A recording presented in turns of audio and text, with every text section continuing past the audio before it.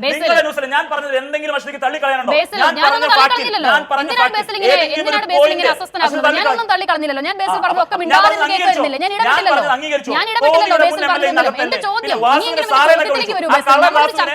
ഒരു ചർച്ച ഒരു വിഷയത്തെ ഫോക്കസ് ചെയ്താണല്ലോ ബേസിൽ ഒരു ചർച്ച നടത്തുന്നത്. ബേസിൽ ഇപ്പോൾ പറഞ്ഞില്ലേ പിണറായി വിജയൻ, കടകംപള്ളി സുരേന്ദ്രൻ, ഒരുപാട് പേരുകൾ ബേസിൽ പറഞ്ഞു. ആ ആളുകളെ പോലെ വളരെ എളുപ്പത്തിൽ ആക്സസ് ചെയ്യാൻ കഴിയുന്ന, കയ്യിൽ ഒരു ചരട് കെട്ടിക്കൊടുക്കാൻ കഴിയുന്ന ആളാണോ സോണിയാഗാന്ധി? അതിന് മാത്രം മറുപടി പറയൂ. ഒരാള് ജനിച്ചു വീഴുമ്പോൾ അയാൾക്ക് എന്ത് ക്രിമിനൽ ബാക്ക്ഗ്രൗണ്ട് അല്ലെങ്കിൽ അയാൾക്ക് എന്ത് ബാക്ക്ഗ്രൗണ്ട് അന്നേരം വരത്തില്ല. ഒരു സാധാരണക്കാരൻ വരുന്നു, അത് നമുക്ക് എല്ലാവർക്കും അറിയാവുന്നതാണ്. ഡൽഹിയിൽ ചെന്നാൽ അപ്പോയിന്റ്മെന്റിന് അപേക്ഷിച്ച് ഞാൻ പറഞ്ഞു തീരട്ടെ, അപ്പോയിന്റ്മെന്റിന് അപേക്ഷിച്ചാൽ അപ്പോയിന്റ്മെന്റ് കിട്ടും. ബേസിൽ നോക്കൂ, ഇപ്പോഴും ആദ്യഘട്ടത്തിൽ ബേസിൽ പറഞ്ഞതുപോലെ പിണറായി വിജയനൊപ്പം നിൽക്കുന്ന ഫോട്ടോകളുണ്ടല്ലോ, ഉണ്ട്, ഒരുപാട് പേർ നിൽക്കുന്നുണ്ട്. വി ഡി സതീശനൊപ്പം നിൽക്കുന്നതുമുണ്ടല്ലോ. അതിലൊന്നും ഒരു പുതുമയില്ല ബേസിൽ. അതൊരു തർക്കത്തിന്റെ എലമെന്റ് പോലുമല്ല. അതുപോലെ തന്നെ ഒരാൾക്ക് വളരെ വേഗത്തിൽ ആക്സസ് നേടി കയ്യിൽ ഒരു ചരട് കെട്ടിക്കൊടുക്കാനും ഒപ്പം നിന്ന് ഫോട്ടോ എടുക്കാനും സ്വകാര്യ വസതിയിൽ സന്ദർശനം നടത്താനും ഒക്കെ കഴിയുന്ന ആളാണോ സോണിയാഗാന്ധി എന്നുള്ളതാണ് പ്രശ്നം. ബേസിൽ സംഘടനാ പ്രവർത്തനമൊക്കെ തുടങ്ങിയിട്ട് ഒരുപാട് കാലമായിട്ടുണ്ടാകുമല്ലോ അല്ലേ? കാണാൻ സാധിച്ചിട്ടുണ്ടോ ഇതുവരെ സോണിയാഗാന്ധിയെ ഇങ്ങനെ?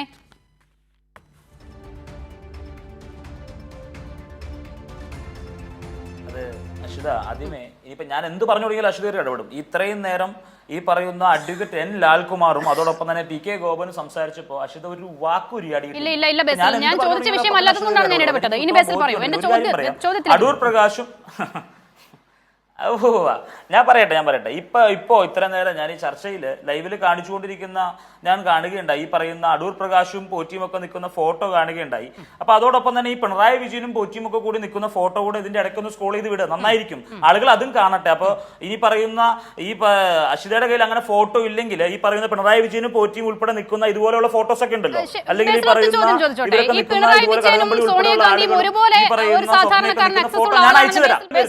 പറഞ്ഞു കഴിഞ്ഞു എന്ന് കരുതുന്നു. ബേസിൽ ഞാൻ മുൻപ് പറഞ്ഞതുപോലെ ബേസിൽ റെക്കോർഡ് ചെയ്ത് വന്ന കാര്യങ്ങളാണ്. എന്തായാലും എന്റെ ചോദ്യം ഞാൻ വീണ്ടും ആവർത്തിക്കുന്നു. ബേസിൽ ഇപ്പോൾ ബേസിൽ പറഞ്ഞ കുറെ ആളുകളുണ്ടല്ലോ, മുഖ്യമന്ത്രി പിണറായി വിജയൻ അടക്കം. ഈ ആളുകളെ ആക്സസ് ചെയ്യാൻ കഴിയുന്നത് പോലെ ബേസിൽ ഞാൻ പറഞ്ഞത് എന്തെങ്കിലും അശ്വതിക്ക് തള്ളിക്കളയാനുണ്ടോ? ഞാനൊന്നും തള്ളിക്കളഞ്ഞില്ലല്ലോ. എന്തിനാണ് ബേസിൽ ഇങ്ങനെ അസ്വസ്ഥനാകുന്നത്? ഞാനൊന്നും തള്ളിക്കളഞ്ഞില്ലല്ലോ. ഞാൻ ബേസിൽ പറഞ്ഞു ഒക്കെ മിണ്ടാതെ കേൾക്കുന്നില്ല. ഞാൻ ഇടപെട്ടില്ലല്ലോ. ബേസിൽ പറഞ്ഞിരുന്നല്ലോ. എന്റെ ചോദ്യം ചോദ്യത്തിലേക്ക് വരൂ. ബേസിൽ ഒരു ചർച്ച ഒരു വിഷയത്തെ ഫോക്കസ് ചെയ്താണല്ലോ ബേസിൽ ഒരു ചർച്ച നടത്തുന്നത്.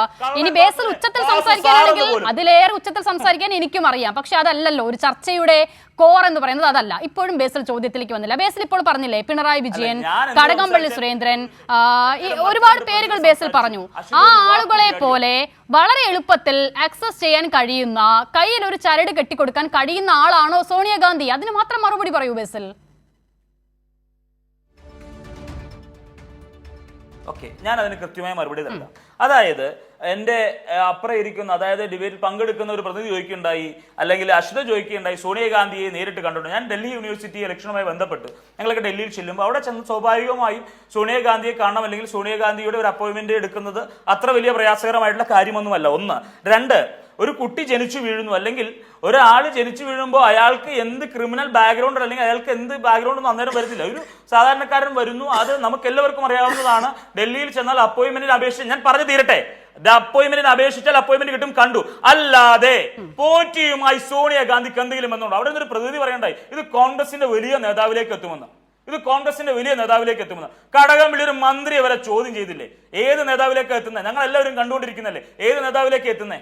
ഒരു ഫോട്ടോ എടുത്തതിന്റെ പേര് നാണമുണ്ടോ? ഒരു ഫോട്ടോ എടുത്തതിന് ഞാൻ പറഞ്ഞില്ലേ, അതിന് 100 ആയിരക്കണക്കിന് ഫോട്ടോ അയച്ചു തരാൻ ഞാൻ തയ്യാറാ.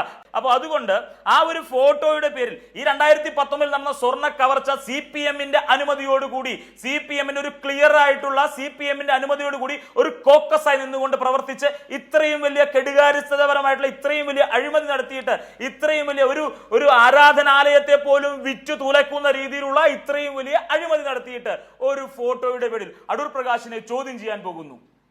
എന്ത് വാർത്ത! ശരി ബേസിൽ, എന്തായാലും ഒരു സിനിമയുണ്ട്, കിങ് ലെയർ എന്നാണ് ആ സിനിമയുടെ പേര്. ആ സിനിമയുടെ പേര് പറയുന്ന പോലെ തന്നെയാണ് അതിലെ ഏറ്റവും പ്രധാനപ്പെട്ട കഥാപാത്രം. ആ കഥാപാത്രം ഒരുപാട് ആളുകളുമായുള്ള ഫോട്ടോ ഇങ്ങനെ ഫോട്ടോഷോപ്പ് വഴി നിർമ്മിച്ച് അദ്ദേഹം പ്രണയിക്കാൻ ശ്രമിക്കുന്ന ഒരു പെൺകുട്ടിയെ വിശ്വസിപ്പിക്കുക. അതാണ് കഥാപാത്രം, നായക കഥാപാത്രത്തിന്റെ റോൾ. അതിൽ അങ്ങനെ ഒരു സുഹൃത്തിനെ കൊണ്ട് ഇങ്ങനെ ഫോട്ടോകൾ നിർമ്മിച്ച് അവസാനം ആ പെൺകുട്ടിയെ കാണിക്കുന്നത് മഹാത്മാഗാന്ധിയോടൊപ്പം നിൽക്കുന്ന ഒരു ചിത്രമാണ്. ഇപ്പോൾ ബേസിൽ പറഞ്ഞു ആ നിലയിലേക്കാണ് കാര്യങ്ങൾ കൊണ്ടുപോകുന്നത്. എന്തായാലും ശ്രീ പി കെ ഗോപൻ, അപ്പോൾ ഒരു ഫോട്ടോ കാണിച്ചാണ് നിങ്ങൾ ഇങ്ങനെ സോണിയാഗാന്ധിയെ ഒക്കെ ചോദ്യം ചെയ്യാൻ ശ്രമിക്കുന്നതെങ്കിൽ പി കെ ഗോപൻ, സോണിയാഗാന്ധി വളരെ എളുപ്പത്തിൽ ആക്സസ് നേടാൻ കഴിയുന്ന ഒരു കോൺഗ്രസ് നേതാവാണ്. ആ ഫോട്ടോയുടെ പേരിൽ നിങ്ങൾ എന്തിനാണ് സോണിയാഗാന്ധി ഇരുട്ടിൽ നിർത്തുന്നത്? ഇനി നിങ്ങൾ മറുപടി പറയുന്നത് എന്തിനാണ്? കടകംപള്ളിക്കൊപ്പം ഉണ്ണികൃഷ്ണനെ പറ്റി നിൽക്കുന്നുണ്ടല്ലോ, ആ ഫോട്ടോയ്ക്ക് നിങ്ങൾ മറുപടി പറയൂ. പിണറായി വിജയനൊപ്പം നിൽക്കുന്നുണ്ടല്ലോ, ആ ഫോട്ടോയ്ക്ക് നിങ്ങൾ മറുപടി പറയൂ. അപ്പോൾ അതൊന്നും ഈ രണ്ട് ഫോട്ടോകൾ തമ്മിൽ എന്ത് വ്യത്യാസമാണെന്ന്, എന്താണ് ബേസിൽ പറയാൻ ശ്രമിക്കുന്നതെന്ന് എനിക്ക് മനസ്സിലാകുന്നില്ല.